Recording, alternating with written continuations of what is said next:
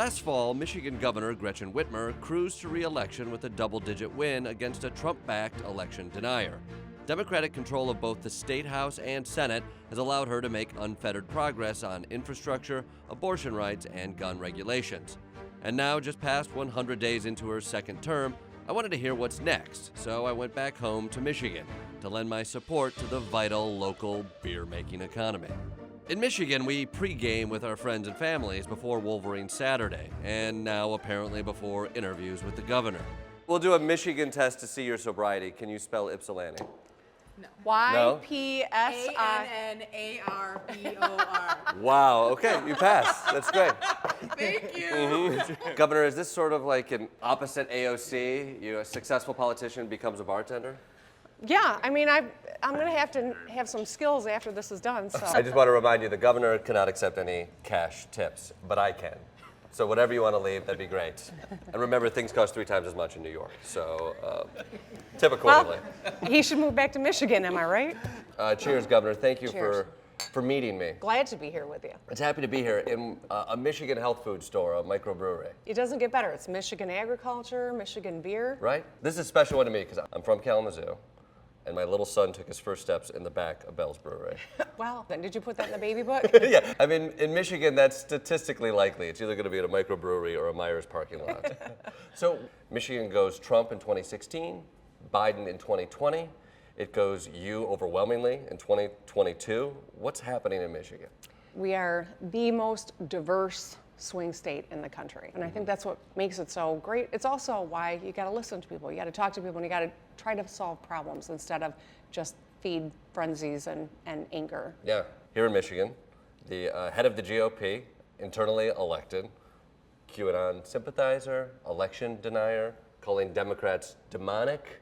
Well, the head of the GOP, to your point, said that both Beyonce and yoga are satanic. Do you have to walk the line on satanic Beyonce? No, I'm always going to make a seat at the table for someone who actually wants to solve problems, regardless of what their political bent is. Mm-hmm.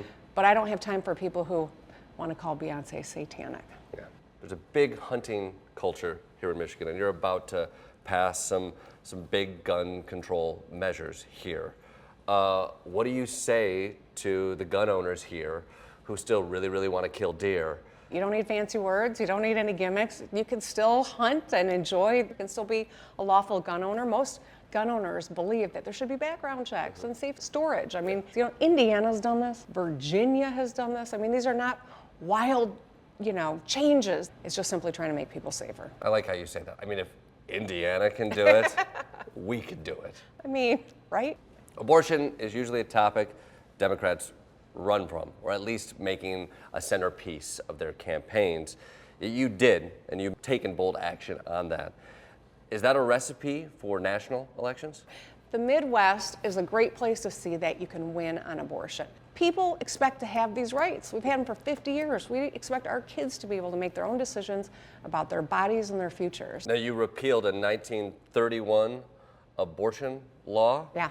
Are there any other laws on the books from back then that are worth looking back into? Is there yeah, we got a lot of zombies. Are there in there? Yeah. Zombie killer, yes. Death penalty for swing dancing? Is that in there? Spring in Michigan means potholes are everywhere, and the governor has invested billions on infrastructure as part of her promise to fix the damn roads. As someone who blew a few tires here in my high school days, I knew it was my duty to help. All working men and women wear Carhartt, and so does Jordan. And okay, all right, Governor.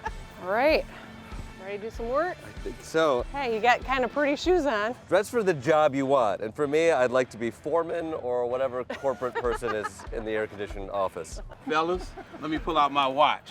What time is it? Time to fix the damn roads. You know what this is right here? This is a spatula, right? No, this is what we call work around here.